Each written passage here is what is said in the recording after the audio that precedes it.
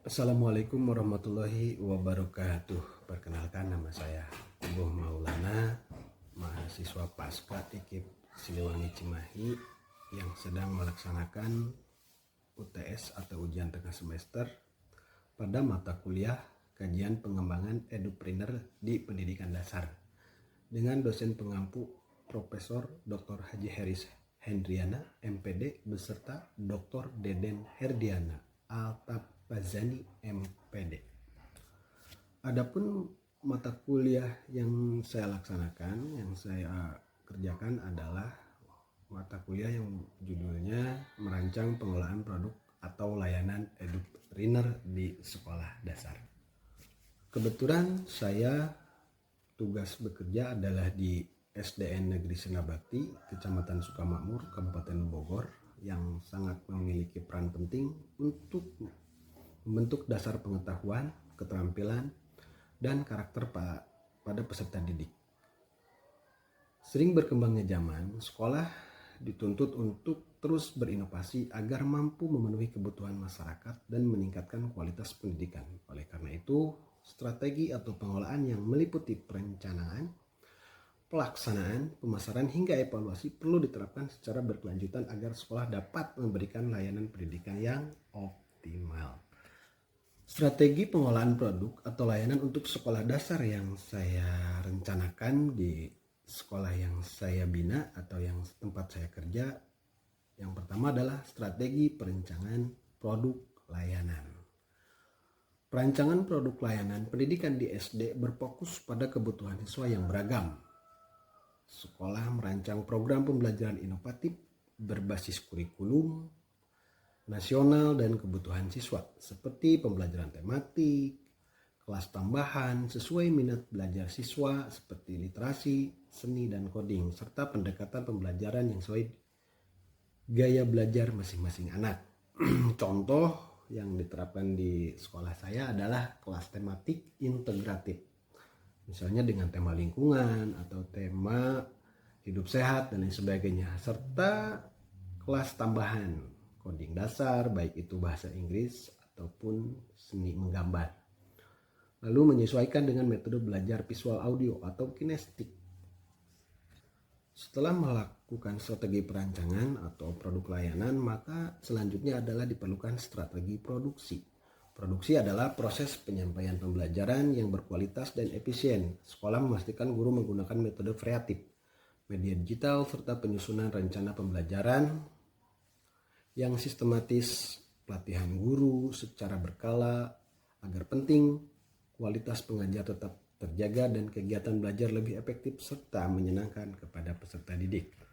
Contohnya yang sering dilakukan di zaman sekarang itu ada seperti penggunaan media digital, seperti video, animasi, kuisis, atau aplikasi edukasi yang tertera di internet yang lebih menekan kepada edukasi anak. Kemudian yang kedua, contohnya metode variatif seperti diskusi, permainan edukatif, proyek, serta kelompok. Kemudian yang keempat, sudah sering dilakukan oleh setiap guru adalah menyusun RPP atau modul secara terstruktur. Kemudian yang terakhirnya pelatihan rutin guru. Seperti contoh tahun kemarin dilaksanakanlah pelatihan pembelajaran mendalam atau sering dilakukan juga ada STEAM dan sebagainya. Strategi ketiga adalah strategi pemasaran.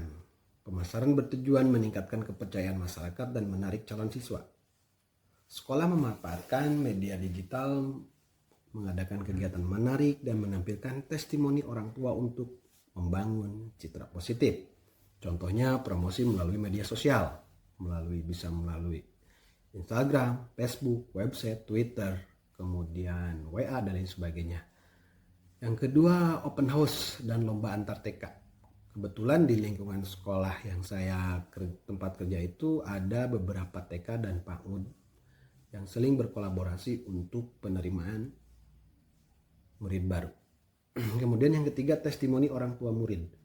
Di sini orang tua juga sangat berperan penting untuk kemajuan di sekolah tersebut, sehingga saya sering berkolaborasi, bermusyawarah, berkumpul untuk melaksanakan kegiatan apa yang akan dilaksanakan nanti ke depan. Kemudian yang keempat, menampilkan prestasi dan kegiatan sekolah secara rutin. Contohnya seperti ada kelas meeting, kemudian lomba-lomba tingkat gugus, tingkat kecamatan, bahkan sampai tingkat kabupaten. Kemudian yang keempat adalah strategi distribusi. Distribusi berkaitan dengan bagaimana layanan pendidikan dapat diakses dengan mudah oleh siswa. Sekolah menyediakan pembelajaran tatap muka dan daring, bekerjasama dengan pihak lain, serta memberikan fasilitas pendukung agar akses pendidikan lebih luas dan nyaman. Contohnya seperti pembelajaran offline, yakni tatap muka yang sering dilakukan, kemudian online melalui Google Classroom, kemudian kerjasama dengan lembaga bimbingan belajar komunitas pendidikan, kemudian transportasi sekolah untuk memudahkan akses siswa. Yang selanjutnya adalah strategi pelayanan pelanggan. Pelanggan utama adalah siswa dan orang tua. Sekolah memberikan pelayanan yang responsif, komunikatif, dan berorientasi pada kepuasan dengan konsultasi rutin, informasi terbuka, serta pengumpulan umpan balik untuk perbaikan layanan. Contohnya di sini konsultasi rutin dengan orang tua, dengan komunitas WhatsApp orang tua, kemudian survei kepuasan orang tua setiap semester, kemudian penanganan keluhan dengan cepat. Kemudian yang selanjutnya adalah strategi pengembangan berkelanjutan. Sekolah harus berinovasi dan mengevaluasi diri agar relevan dengan perkembangan zaman. Penambahan fasilitas, evaluasi kurikulum, pemanfaatan teknologi, pendidikan menjadi kunci peningkatan kualitas layanan secara berkelanjutan. Contohnya seperti penambahan fasilitas, baik itu perpustakaan, alat digital, laboratorium mini, dan ruang kreativitas. Bahkan mungkin yang sering dilaksanakan di sekolah yang saya tempat kerja itu adalah pojok belajar. Kemudian yang kedua, evaluasi kurikulum dan metode belajar setiap tahun. Kemudian yang ketiganya, mengikuti perkembangan teknologi pendidikan terbaru, seperti contoh sekarang dengan sistem pembelajaran mendalam.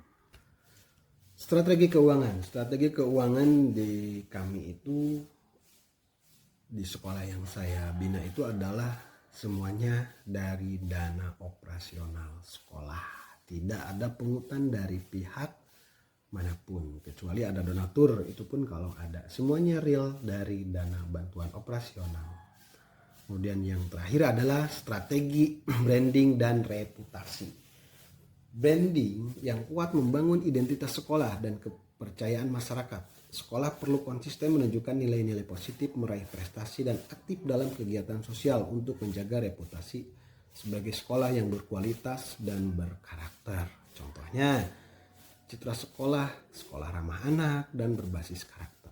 Aktif mengikuti dan meraih prestasi lomba akademik dan non-akademik. Kegiatan sosial seperti bakti sosial, peduli lingkungan, program literasi masyarakat.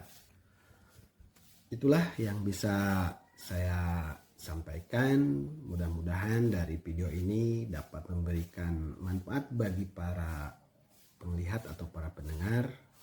Untuk saya juga akan lebih beredukasi lagi dalam pembelajaran di sekolah.